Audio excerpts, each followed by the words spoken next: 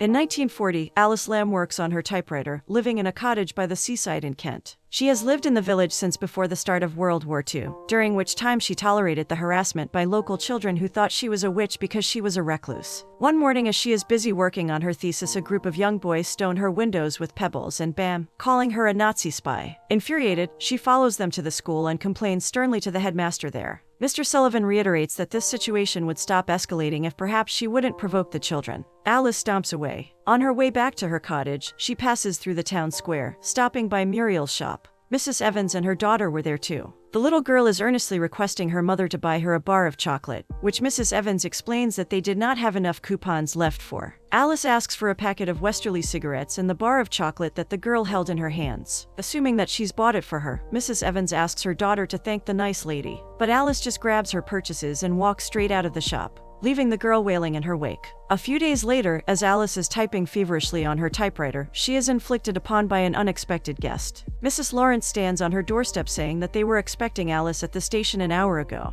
As part of the war effort, Alice is being entrusted with the care of a young boy, Frank, who has been evacuated from London where it is unsafe. She introduces Alice to Frank as his new guardian. Alice is flabbergasted. This must have been a mistake. She does not want him. Mrs. Lawrence doesn't understand why she's refusing now when she's been priorly informed via a letter. Alice hasn't received any letter. Or so she thought, as both her and Mrs. Lawrence's eyes circle to her mail slot in the door, that had been stuffed to the brim with pebbles and bam and twigs by the children. When Alice rummages through the clutter, she finds the letter. Mrs. Lawrence reiterates that they all got to do their part in this difficult time. But Alice isn't giving in. She proposes instead that Mrs. Lawrence should keep him with her as she's too busy working. Mrs. Lawrence was already entrusted with 4 evacuees. She didn't have any more room. Reluctantly, Alice agrees to let him stay when Mrs. Lawrence promises that Frank has nowhere else to go, and she will be able to be rid of him in a week. Alice gets back to her typing. She asks Frank not to touch any of her stuff, as she fears it will interfere with her work researching mythology and folklore. As evening rolls over, she puts together raw ingredients like an egg, a potato, and a piece of chicken in a plate before Frank, motioning him to go ahead with preparing his dinner. Surely he does not expect her to cook for him. When Frank goes off to get ready for sleep that night, Alice accidentally goes through his stuff while straightening his bed. A magazine there catches her eye. Frank tells him it's his dad's, who's a pilot in the British Air Force, 21 Squadron. He asks Alice if she likes airplanes. She hates them, they murder her sleep, she says. The next morning, Alice is sketching a botanical diagram for her research in her backyard when Frank walks up to her, asking to lead him to school. He isn't familiar with the routes here just yet. Headmaster Sullivan directs Frank to Ms. Poskett's class and introduces him to the students there. Mrs. Bassett, the English teacher, seats him next to a young girl, Eddie Corey, Margaret Corey's granddaughter. Eddie has a habit of running late for school. When she finally arrives, she isn't very welcoming to Frank at first. She lets Frank know that she doesn't believe in partnership, as she views herself an individualist, a person who shows independence of thoughts and actions. She warms up to him later that day as they're on their recess in the school grounds. Eddie's curious about Frank's living arrangements when he divulges that he's only staying with the lady for a week. She apprises him of the fact that he is extremely lucky to have escaped London, as he's 14 times more likely to blow up there than anywhere. And even if he didn't die, the air there would burn his skin off until he didn't have eyelids anymore. The thought is terrifying. Frank tells her that his mum's in London. Pausing for merely a moment to share that her mother is dead, Eddie goes on and on about how her grandma thinks that Kent might be invaded soon. They're probably here already, as spies. But Frank didn't agree. He didn't find anyone here suspect enough to be a Nazi spy. Back at her cottage, Alice furthers her research on Fata Morgana. As she goes through some old books in her collection, she comes upon a pamphlet program for the annual spring concert, back in 1926. She recalls her relationship with Vera, a fellow student at the university who wanted to be a novelist, and with whom she fell in love. That evening, as Frank eats his dinner, he probes Alice about her lifestyle. Does she stay here alone? Does she have any pets? His gaze wanders to a top shelf with a load of books. Following Frank's gaze, Alice encourages him to read them if he likes. They were all written by her. He wants to know if they're stories. Alice explains that she analyzes and writes her discoveries about folklore, science behind the myths, visions, witches, that whole ordeal. One afternoon after school, Frank makes his way home. Eddie accompanies him, yammering on, explaining some adders in the woods, so she can make poisonous tea for when the Nazi invade their hometown. She's surprised to learn that Frank is living with Alice Lamb, the mad woman, the witch. Her grandma, Mrs. Lawrence, says that she sends off messages to the Nazis. Frank chalks it off as balderdash. If there's anything that Alice writes, it's her books. Eddie warns him to be on his guard, for she will most certainly enslave him and make him work to his bones. Later that afternoon, Frank digs potatoes in Alice's yard while she is engrossed in a book. A familiar picture catches Frank's eye and he asks if it's King Arthur. Alice answers with a simple negative. It's Morgan Le Fay, a sorceress. As Alice turns the page over, Frank asks about the term Fata Morgana written there. At first, Alice snaps at him for being so nosy. As Frank gets back to digging, Alice answers his question, albeit a little sheepishly. Fata Morgana is translated into English as Morgan the Fairy. It's a myth of medieval origin, about how Morgan lured sailors to their deaths with visions of floating islands. It's said that she'd conjure them up to steer sailors off course, crash their boats, and drown. Frank questions why she would do that. Alice states matter-of-factly, because she was a woman in history, therefore, she was bound to be a temptress, bound to get blamed for something. As Alice flips through the pages, she mumbles that it isn't just Fata Morgana. There's all sorts of myths about floating islands. Maybe due to the fact that people want something to believe in. Magic, God, or something. Alice steps back inside to make further notes. Just then, the schoolboys attack her house again, chanting Nazi witch and injuring Frank in the process. As Alice nurses Frank's wound, she warms up to him. He asks her if she's really a Nazi like they say. Alice assures him that she isn't. They clean up the mess made by the boys and Frank wonders why Alice insists on living here all alone. Alice shrugs, it's just the way it worked out for her. As she sits there, her mind wanders back to Vera. The first time when she met Vera Wilbound at the annual spring concert. Alice had been a history student and Vera was there for modern languages. But she secretly wanted to be an author and was working on a novel at the time. They had spent that whole night, drinking and dancing. On an off day, Alice helps Frank make a few tweaks with his toy airplane. She's finally able to make some sense about the island mirages as she finds a similarity in the coastlines of the places where the sightings have been reported. The coastlines coincide with the coastlines at Ramsgate, near where they currently are. So Alice and Frank drive up to Ramsgate with a small picnic blanket. They sit there atop the hill, waiting to witness the sighting themselves. Hours pass with Frank entertaining her with mindless questions about planes and war. Alice has never been on one, but Frank has, with his father. He recalls it being too loud up there. He spots it then, the Dover Castle on the island. Jumping to his feet, he points in the direction of the turrets with the green flag. Alice couldn't see it, and green flags are a rather specific image from the picture that she'd shown him back at the cottage. He thinks this is all a joke. Alice is furious. She picks up their stuff, lashing out at him for thinking her work is his 5 minutes of fun. Frank is adamant about what he saw though. They get into a verbal discourse and Alice drives off, leaving Frank on that hill. She hasn't gone very far though when she sights the actual Dover Castle, and it had a green flag on one of its turrets. Turning the wheels, she hurries back to where she left Frank. She apologizes to him, telling him what he saw was real. Later that evening, they attempt in vain to fly Frank's plane over the cliff. As they are walking back home, Frank asks Alice why she doesn't have a husband. She admits that there was someone once, but it's in the past now. That night, as Alice draws herself a bath, she remembers the summer that she'd spent with Vera. She'd always liked Alice's feet, and wanted her to keep her toes painted. She'd encouraged her to acknowledge her dislike for her deceased father, and the fact that she didn't miss him really. Vera thought her to be remarkable to get by in this world, all alone. The next day, Frank gets a letter from his parents. His father has gotten in charge of a new plane, Lockheed Ventura, while his mother has gotten a new job talking to ministers. She didn't give much details due to the war. Alice suggests him to write them back, even writing a letter for Frank's mother herself. They can post them as they go out turret watching for the day. While they wait for the mirages to appear, their conversation drifts to heaven and how the concept has been made up by Christians. She tells him there's no mention of it before Christianity, and that the pagans believed in some place they called the Summerland, their idea of the afterlife that existed all around them. Eddie scratches her ankle the next day while she and Frank were playing with their pet mouse, Molly. Alice offers to clean the wound lest it gets infected. She invites Eddie to stay for dinner as it's Frank's last night and they planned a celebratory dinner. Eddie wanted to stay, but her grandma has given her strict instructions about her curfew. While Alice sets the table for dinner, Frank wants to put on some music. His hands got to a record that looked well loved. Seeing the record in his hands, Alice snaps, ordering him to put it back where he picked it from.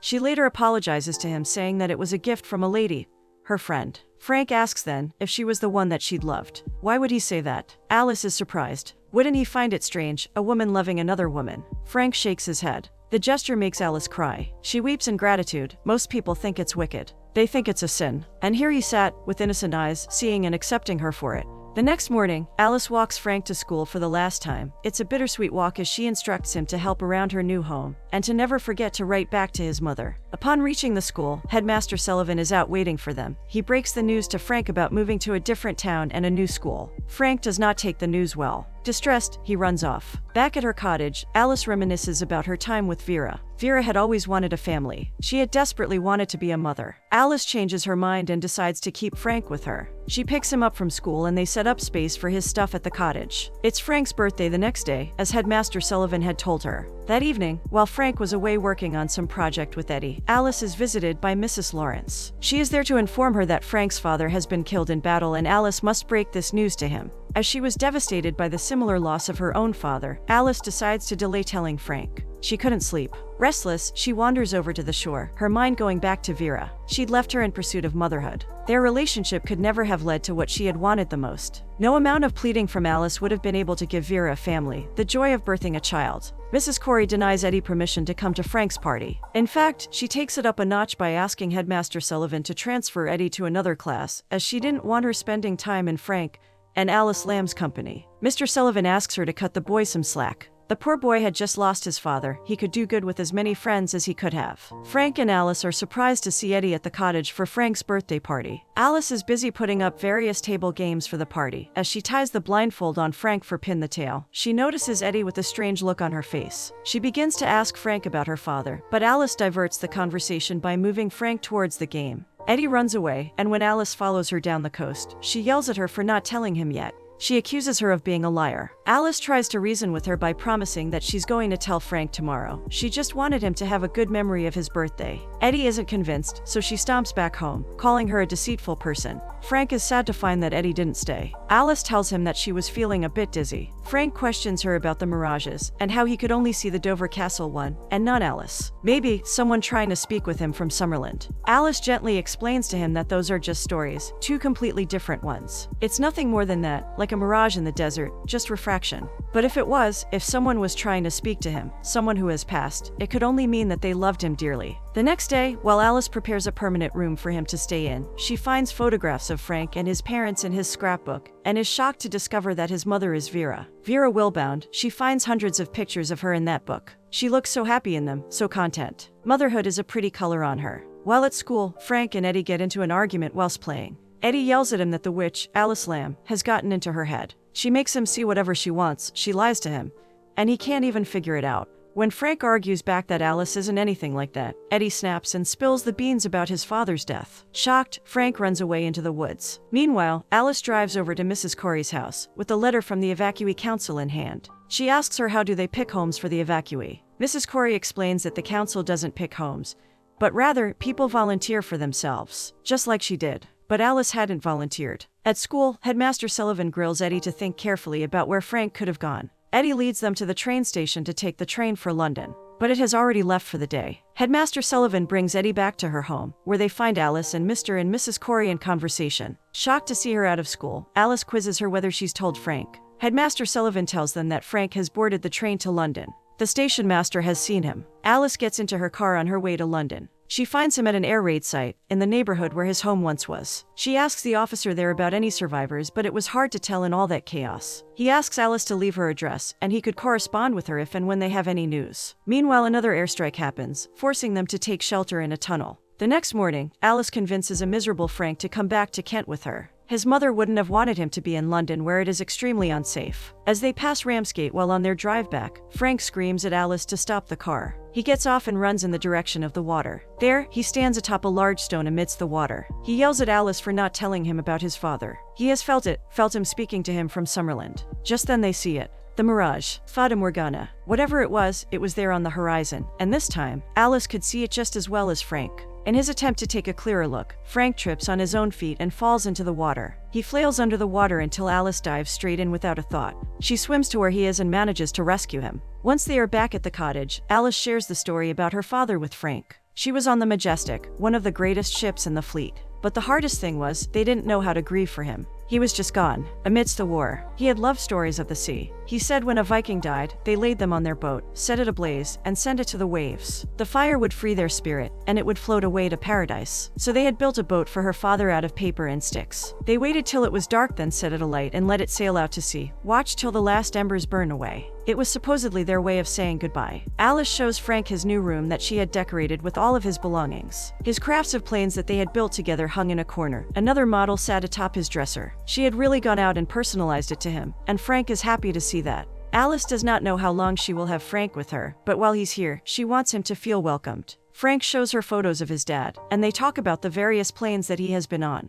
When Alice asks about his mother, Frank shakes his head. She does not like planes. The next day, Headmaster Sullivan comes over to visit Frank. He wanted to see how Frank is doing after what was quite an adventure. When Frank goes off to look for a few more sticks for the craft that Alice and he were doing together, Mr. Sullivan takes the opportunity to speak with Alice. She cuts him to the chase though. She knew that she should not have kept that news from Frank, but she couldn't tell him. These things don't come naturally to her. Mr. Sullivan nods solemnly. Nobody knows how to be a parent, especially in the current state. People just muddle through, the best they can. But he admires how well the two of them have been together, Frank and Alice. Who would have thought it about Alice Lamb? He jokes that she'd better watch out or he'll be sending a bunch of them her way next time. One evening, when Alice and Frank return home after some shopping in town, there's an unexpected visitor. A heartily welcome one this time. There on her terrace stands Vera Wilbound. Frank shrieks and runs up to her, and she takes him in a warm embrace, kissing his forehead, his curls. The two of them stand there for moments. She finally catches Alice's eyes, and they both greet each other wordlessly. Frank shows his mother his room. He tells her about all the planes that he's been building with Alice's help in commemoration of his father. They finish up the model and let it fly with a vigil of his father's photo in it. That night, Vera approaches Alice as she sits at her table. Alice extends her condolences on the passing of Vera's husband. She thanks Alice instead for keeping Frank safe. She just knew that if anything happened to them, Alice would be the only one she could trust to take care of him. Alice admits that she had put him in danger. But to Vera, Frank was happy and healthy. She had rescued him, that's all that matters. Back in the present time, an elderly Alice is finalizing her manuscript and is interrupted by Vera. She intervenes in her writing. She asks Vera to bugger off and stop distracting her. Well, Vera loves to distract Alice. She snags the manuscript off her table and dances away into their living room with Alice tailing behind. Vera is sure she'd be the heroine, tracking the publisher down for her. Alice would hardly call it tracking down, when Vera had just stumbled upon a bookshop at an opportune moment. It was the 23rd bookshop, Vera answers slyly. Frank is finally here. On his airplane no less. Giddily, Alice makes her way to where he stands, hugging Vera on the coastline. She has finished the book, she tells him excitedly. He wants to read it. Alice hands him the manuscript. In Search of Summerland. For Frank. Because stories have to come from somewhere.